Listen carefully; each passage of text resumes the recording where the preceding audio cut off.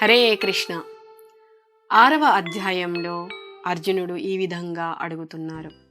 ఓ కృష్ణ, మొదట్లో ఎంతో శ్రద్ధగా ఆత్మానుభవ పద్ధతి స్వీకరించిన తర్వాత కొద్ది కారణంగా దానిని విడిచి ఆ విధంగా యోగంలో పరిపూర్ణత్వము పొందలేకపోయిన విఫలయోగి గతి ఏమిటి అనే అర్జునుడు అడిగిన ప్రశ్నకి భగవంతుడు సమాధానం ఇస్తూ 6వ అధ్యాయంలో 41వ శ్లోకంలో ఈ విధంగా పలుకుతున్నారు.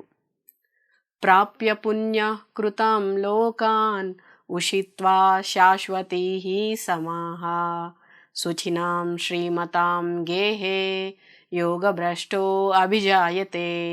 భావం: విఫలయోగి పుణ్యజీవుల లోకాలలో అనేక సంవత్సరాల భోగ అనుభవం తర్వాత ధార్మిక జనుల వంశంలో లేదా ధనిక వంశంలో జన్మిస్తారు.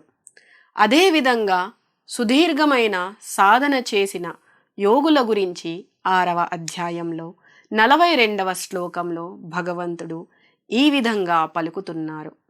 అథవా యోగినామేవా కులే భవతి ధీమతాం ఏతద్ధి దుర్లభతరం లోకే జన్మ యదీదృశం.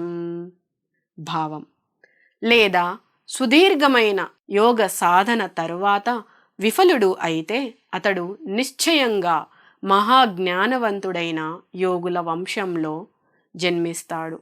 ఈ జగత్తులో అటువంటి జన్మ నిశ్చయంగా అతి దుర్లభమైనది, అంటే చాలా అరుదు. ఇక్కడ విఫల యోగులు 2 తరగతులుగా విభజించబడతారు. వారు సాధనలో కొద్దిగా ప్రగతిని సాధించిన తర్వాత పతనం చెందినవారు, మరియు సుదీర్ఘమైన యోగ సాధన తర్వాత పతనం చెందినవారు. తక్కువ కాలం యోగ సాధన తర్వాత పతనం చెందిన యోగి పుణ్యజీవులు మాత్రమే ప్రవేశించగలిగే ఉన్నత లోకాలకు వెళ్తారు. అక్కడ సుదీర్ఘమైన జీవితం తర్వాత అతడు ధర్మాత్ముడైన బ్రాహ్మణ వైష్ణవ వంశంలో లేదా ధనికులైన వ్యాపారస్తుల వంశంలో జన్మించడానికి ఈ లోకానికి తిరిగి వస్తారు. అలాగే సుదీర్ఘమైన యోగ సాధన తర్వాత విఫలమైన అతడు మహాజ్ఞానవంతులైన యోగుల వంశంలో జన్మిస్తారు. అటువంటి జన్మలు పొంది అతడు తన పూర్వజన్మలోని దివ్య చైతన్యం పునరుద్ధరించుకొని పూర్ణ విజయం సాధించడానికి అధికమైన ప్రగతి కొరకు తిరిగి ప్రయత్నం చేస్తాడు. హరే కృష్ణ.